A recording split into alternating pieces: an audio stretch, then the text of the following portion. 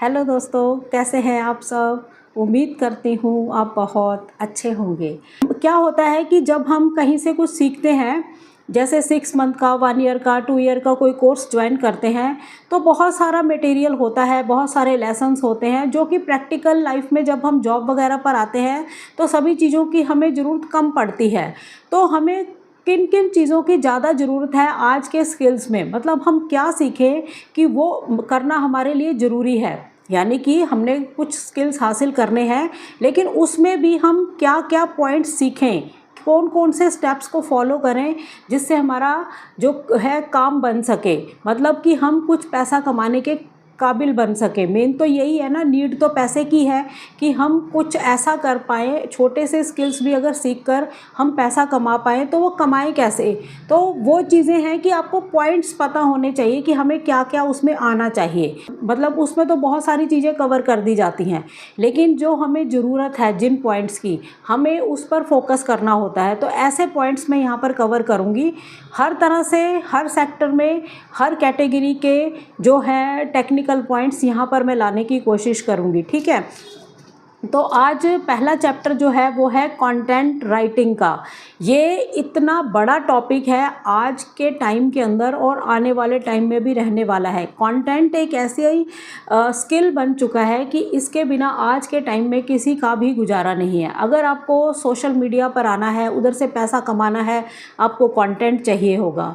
आपको वेबसाइट्स के लिए ब्लॉग लिखने हैं, वहाँ पर चाहिए होगा, ठीक है। आपको किसी न्यूज़ पोर्टल के लिए चाहिए, वहाँ पर, तो आपको सब जगह कंटेंट की ज़रूरत पड़ती है। तो कंटेंट क्रिएशन एक ऐसा स्किल बन चुका है कि इसकी हर जगह ज़रूरत है। अगर आपने खुद का कुछ करना है सोशल मीडिया के थ्रू, तब आपको कंटेंट चाहिए होगा। अगर आपको किसी के लिए कुछ बना के देना है, तभी भी आपको कंटेंट चाहिए होगा। किसी कंपनी को है, तभी उनको भी कंटेंट चाहिए होगा। अपनी मार्केटिंग के लिए उन्हें प्रोडक्ट की कंटेंट चाहिए होगा। तो कंटेंट क्रिएशन जो है आज के टाइम में बहुत बहुत बड़ा रोल निभा रहा है। तो इसकी तो बहुत ज़्यादा डिमांड है, बहुत वैल्यू है। बस आपको पता होना चाहिए कंटेंट राइटिंग क्या होता है, इसको कैसे करते हैं, क्या करते हैं। तो वो सब चीज़ें आपको इस चैनल पर मैं आज स्टार्ट करती हूँ बताना, ठीक है। तो पहला हमने टॉपिक लिया है कंटेंट राइटिंग का। कंटेंट राइटिंग के अंदर हम कवर करेंगे, मतलब आज की ही वीडियो के अंदर कवर नहीं हो जाएगा, मतलब लेसन 1 आज हम कवर करेंगे, लेसन 2 हम नेक्स्ट वीडियो में कवर करेंगे।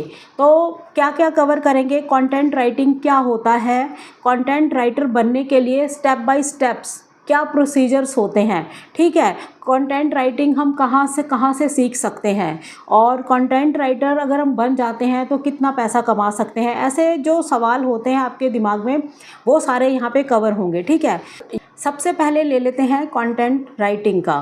कंटेंट राइटिंग क्या होता है, किसी भी विषय, किसी भी टॉपिक के ऊपर पूरी जानकारी के साथ जो बात एक लिखी जाती है, जो एक लेख लिखा जाता है, वो होता है कंटेंट।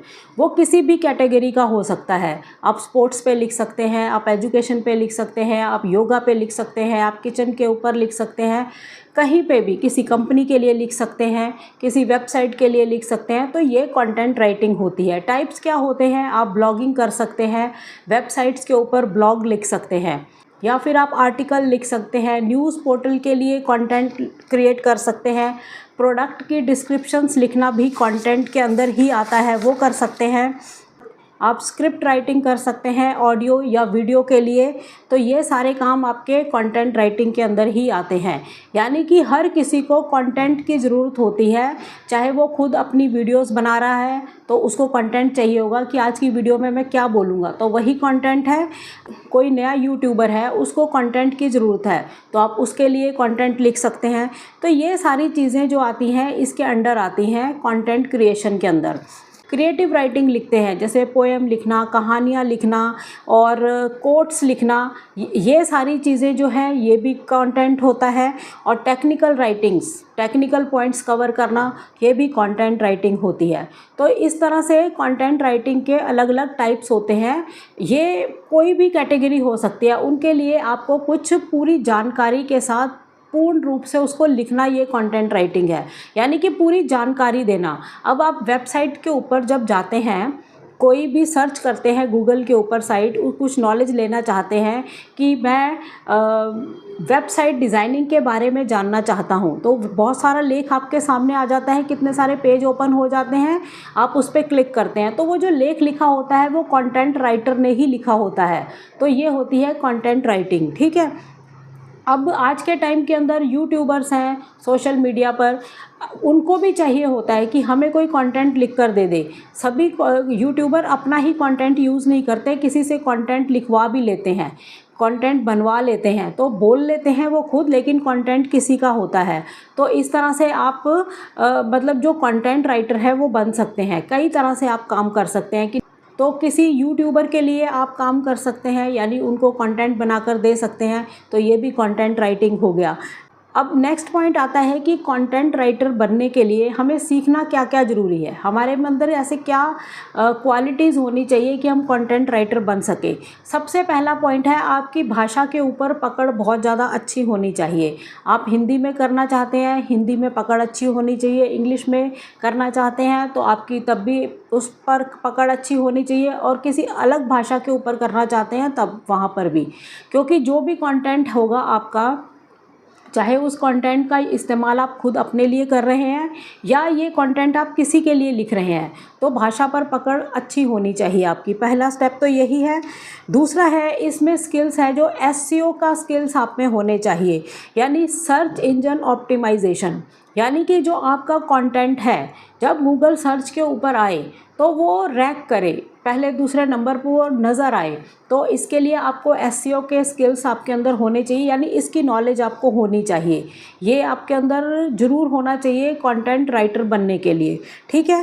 कीवर्ड रिसर्च करना आपको आना चाहिए कि कुछ वर्ड्स को आप सर्च कर पाएँ, वैसे मतलब ऐसे कीवर्ड्स आप अपने कंटेंट्स में लगा सकें कि वो तुम्हारी जो वीडियो है या किसी के लिए तुम कंटेंट लिख रहे हो तो उनको वो सर्चिंग में आए, रैंक में आए। तो ऐसी नॉलेज आपके पास होनी चाहिए कीवर्ड रिसर्च की, ठीक है। उसके बाद है हेडलाइन राइटिंग, ये आपके पास नॉलेज होनी चाहिए, यानी कि बढ़िया सा आपको टाइटल लिखना आना चाहिए, जो कि बहुत ज़्यादा ज़रूरी है। जैसे वीडियो हम अपलोड करते हैं उसके नीचे टाइटल लिखा होता है, वो उसकी ज़रूरत है बहुत ज़्यादा कि टाइटल एक अच्छा सा इम्प्रेसिव सा आप कैसे लिख पाएँ, उसकी आपको नॉलेज होनी चाहिए। ये स्किल्स आपके अंदर होने चाहिए एक कंटेंट राइटर बनने के लिए, ठीक है।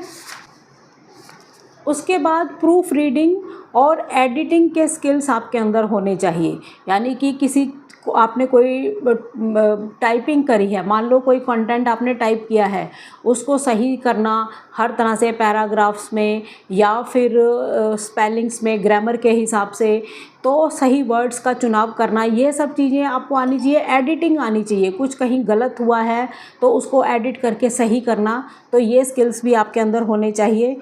नेक्स्ट पॉइंट है कि बेसिक टूल्स इसमें हमें कौन कौन से आने चाहिए, कौन कौन से ऐसे टूल्स हैं जो हमें कंटेंट राइटिंग के अंदर हेल्प करेंगे, वो हमारे को आने चाहिए।